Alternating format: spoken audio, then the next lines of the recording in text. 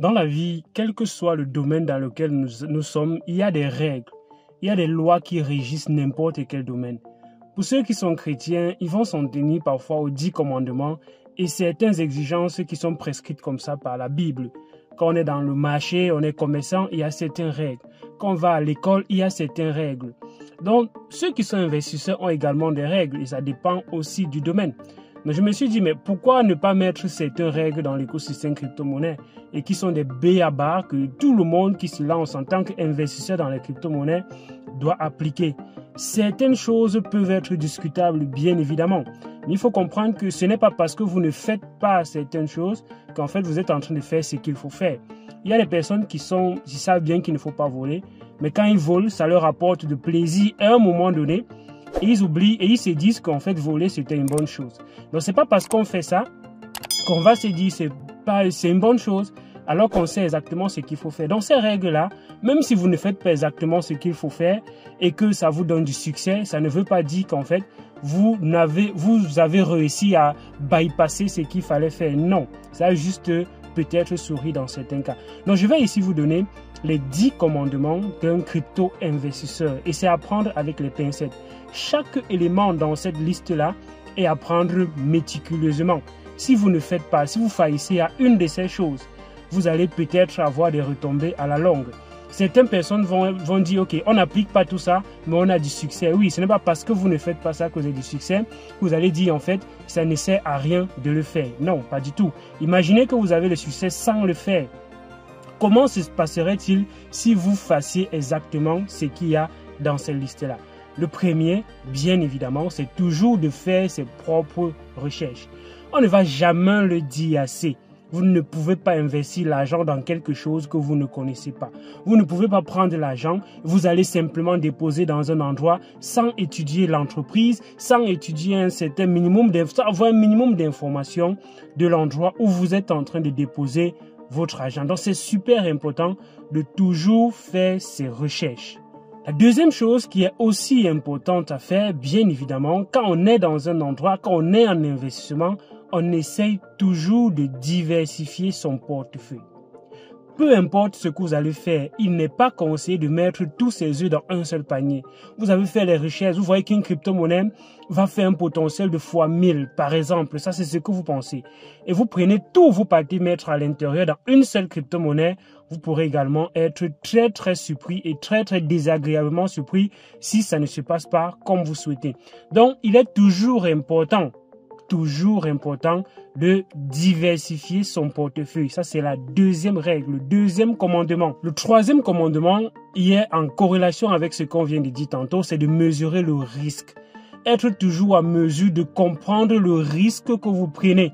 Plusieurs personnes, quand ils se lancent dans les crypto-monnaies, ils se disent en fait, ils ont découvert le sésame, ils ont découvert ce qui va les rendre riches en fonction des discours qu'on va entendre par-ci, par-là, et ils vont penser qu'en fait la crypto-monnaie est aussi safe que ça. Mais les récents news vous montrent qu'en fait, il y a beaucoup de piratage, il y a beaucoup de personnes qui perdent leur portefeuille, il y a beaucoup de crypto-monnaies qui sont des scams, il y a beaucoup. Donc, il faut mesurer le risque que vous êtes en train de prendre. La quatrième chose, c'est de ne jamais investir ce qu'on n'est pas prêt à perdre. Les gens qui prennent l'argent de la tontine des gens, ils partent te mettre. Quelqu'un te prête de l'argent, garde-moi cet argent pendant un certain temps. Ou bien tu vois une opportunité, tu vas prêter de l'argent chez quelqu'un, tu vas mettre dans la crypto-monnaie en espérant lui rembourser cela dans 1 mois, 2 mois. Tu prends la pension de tes enfants, tu mets dans la crypto-monnaie en disant avant la fin d'année, ça aura déjà multiplié par 5, par 10. Non, ce n'est pas comme ça qu'on fait. On ne met pas l'argent qu'on n'est pas prêt à perdre dans les crypto-monnaies. Et vous avez déjà très bien vu les conséquences. Le marché fonctionne en termes de cycle. Le marché n'est pas toujours comme on pense. Le marché rebondit et réagit parfois comme on ne peut même pas s'imaginer. Donc imaginez-vous que vous avez pris quelque chose dont vous n'êtes pas prêt à perdre. Vous pensez utiliser dans un court terme et vous mettez là à l'intérieur pour garder en espérant que ça se multiplie. Bien évidemment, même les stablecoins parfois peuvent disparaître. Suivez mon regard avec le UST et le Terra Luna. Donc, on ne met pas l'argent qu'on n'est pas prêt à perdre dans les crypto-monnaies. Ça, c'est la quatrième règle, le quatrième commandement. Cinquième commandement, utilisez toujours des portefeuilles sécurisés pour stocker vos crypto-monnaies. On ne va jamais le rappeler assez, quand vous voulez garder une fortune, vous devez au minimum vous rassurer que là où vous gardez cela, c'est un endroit sécurisé. Plusieurs personnes vont aller aux banques, dans les banques pour garder leur argent. Ils vont avoir des coffres secrets pour garder leur argent. Mais avec la crypto-monnaie, certains seront un peu plus négligents. Ils vont prendre leurs phrases mnémotiques, mettre dans des portefeuilles, sélectionner même n'importe quel genre de portefeuille comme ça pour mettre leurs phrases mnémotiques à l'intérieur, faire tout et tout. Non, pas du tout. On ne fait pas ça. Quand on veut garder son argent quelque part, on se rassure au moins qu'on a respecté les règles de sécurité et que si jamais notre portefeuille sera là pendant 10 ans, qu'on espère que notre phrase mnémotique sera toujours avec nous pendant 10 ans. Pourquoi je parle de phrase mnémotique encore? Tout simplement parce que la crypto-monnaie n'est pas stockée dans un portefeuille.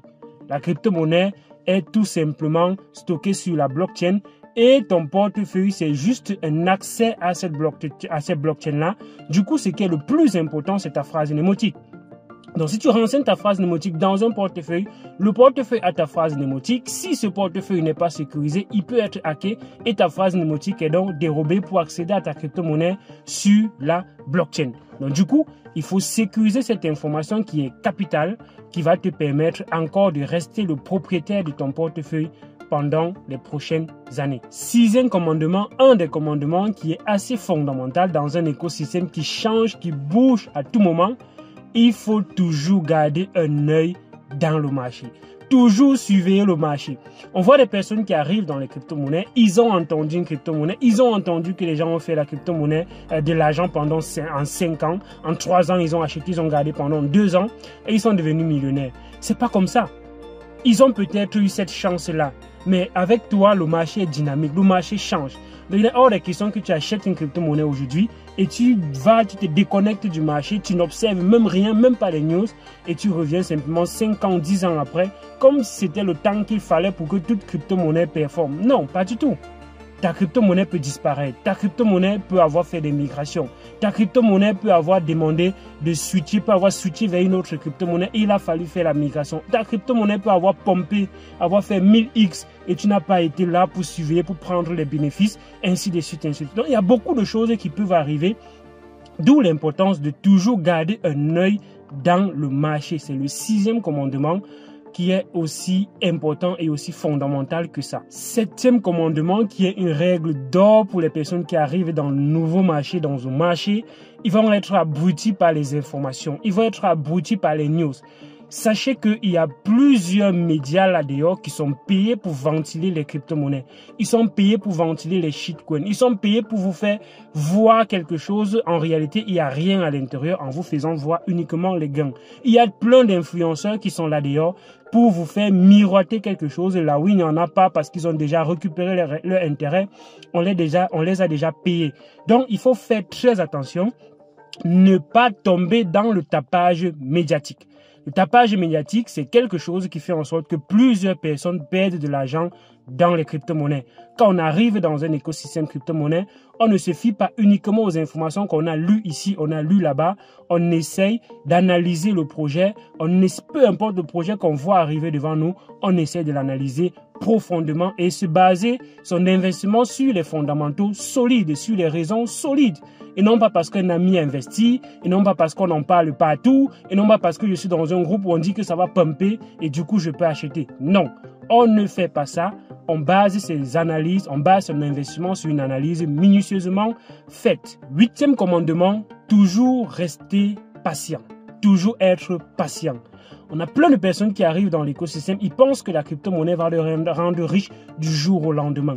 Il y a plusieurs personnes qui ont même les pépites dans leur portefeuille, mais tellement ils sont pressés que ça pompe, qu'ils voient que ça ne pompe pas et ils vendent très tôt et ils se débarrassent. Et plus tard, ils vont regretter. Plus tard, quand le marché va démarrer, plus tard, quand la crypto-monnaie va prendre de la valeur, ils vont regretter tout simplement parce qu'ils ne savaient pas pourquoi ils ont acheté. Ils pensaient qu'ils avaient acheté quelque chose qui allait pumper dans 2, 3, 4, 5 jours, un mois, ça ne pumpe pas et ils revendent et ils sortent du marché. Et ça m'est arrivé dans mes tout débuts. Donc quand je fais ces 10 commandements-là, c'est d'abord par expérience pour moi. Et aussi en me basant sur les expériences des uns et des autres qui partagent leur histoire et leur expérience dans l'écosystème. Donc, il faut être patient, surtout si on a minutieusement pris la peine d'étudier et d'analyser son projet et qu'on le garde pour de bonnes raisons. Pourquoi ne pas être patient? Pourquoi ne pas être patient si tu sais que tu as une pépite dans ton portefeuille? Mais pour savoir que tu as une pépite, il faut justement maîtriser l'analyse fondamentale dont on parle déjà à suffisance sur la chaîne. 9e commandement, restez loin de l'émotion. L'émotion, c'est une chose qui fait en sorte que plusieurs personnes perdent de l'argent. Que ce soit dans le crypto-monnaie, dans les crypto-monnaies, que ce soit dans les finances classiques, que ce soit dans tout type d'investissement, l'émotion, c'est une chose qui fait en sorte que les gens perdent beaucoup de l'argent. On ne tombe pas amoureux d'une crypto-monnaie. C'est pas parce qu'on a déjà fait un peu de profit avec une crypto-monnaie qu'on se dit oui, ça va encore pumper. Non, on ne fait pas ça. On ne tombe pas amoureux des crypto-monnaies. On met toujours son intelligence en avant. On met toujours sa partie rationnelle en avant parce que très souvent, nos émotions, c'est irrationnel. Et quand on tombe dans l'irrationalité, on peut perdre beaucoup de l'argent. Développe ta stratégie et reste ancré à ta stratégie. Si une crypto-monnaie perd de la valeur, il ne faut pas être aussi émotionnel pour continuer de l'arrêter. Si tu vois qu'en fait, c'est quelque chose qui est en train de partir mourir, vends-la. Même si tu peux sauver quelque chose de là, mais tu ne vas pas le faire parce que tu es déjà tombé amoureux de cette crypto-monnaie. Non, laissez l'émotion hors de vos analyses et laissez l'émotion prendre le dessus sur votre raison. 10e commandement, toujours prendre ses bénéfices quand il y en a l'opportunité. Il y a plusieurs personnes qui investissent dans des crypto-monnaies. Ça fait x2, ça fait x3, ça fait x4. Mais ils attendent que ça fait x10. Ils ont une crypto-monnaie qui a déjà performé. Ils attendent encore que ça performe. Alors qu'ils peuvent déjà prendre le peu de bénéfices qu'ils ont et voir comment ils peuvent diversifier leur portefeuille avec et revenir dans les commandements qu'on a dit tantôt. Parfois, on peut commencer quelque part et notre objectif, c'est de diversifier au fur et à mesure qu'on prend les bénéfices ailleurs. Mais il y a des personnes, ils sont dans quelque chose, ça a déjà performé. Ils veulent encore que ça performe autant, ils voient les bénéfices passer et parfois ces bénéfices tombent encore et s'écroulent. Plein de personnes sont arrivées dans le bull run. Ils ont vu les crypto-monnaies, leur portefeuille a fait beaucoup de performances, leur portefeuille était assez élevé. Mais ils attendaient que ça soit encore beaucoup plus élevé. Ils attendaient que ça double encore, que ça triple encore. Et en étant aussi gourmand parfois, on finit par perdre même le peu de bénéfices qu'on a pu avoir dans l'écosystème crypto. Dis-moi ce que tu penses de ces 10 commandements. Lequel te parle le plus? Est-ce que tu l'appliques? Est-ce que tu penses qu'il y a certains commandements ici qui n'en valent pas la peine? Mais je pense clairement que un bon investisseur doit maîtriser ces 10 commandements et de les appliquer ou bien essayer de les appliquer au maximum possible. Et si vous appliquez ces 10 commandements au maximum possible, votre portefeuille se portera bien en 2023, en 2024 et encore pour toujours. Dis-moi ce que tu penses de ces commandements en commentaire de cette vidéo. Like, partage, permet à d'autres personnes de découvrir ce qui se cache dans l'écosystème crypto-monnaie et de bénéficier de ce que nous offrons gratuitement sur la chaîne Elvis Konjo. À d'autres vidéos. J'espère que tu te portes bien. Ciao.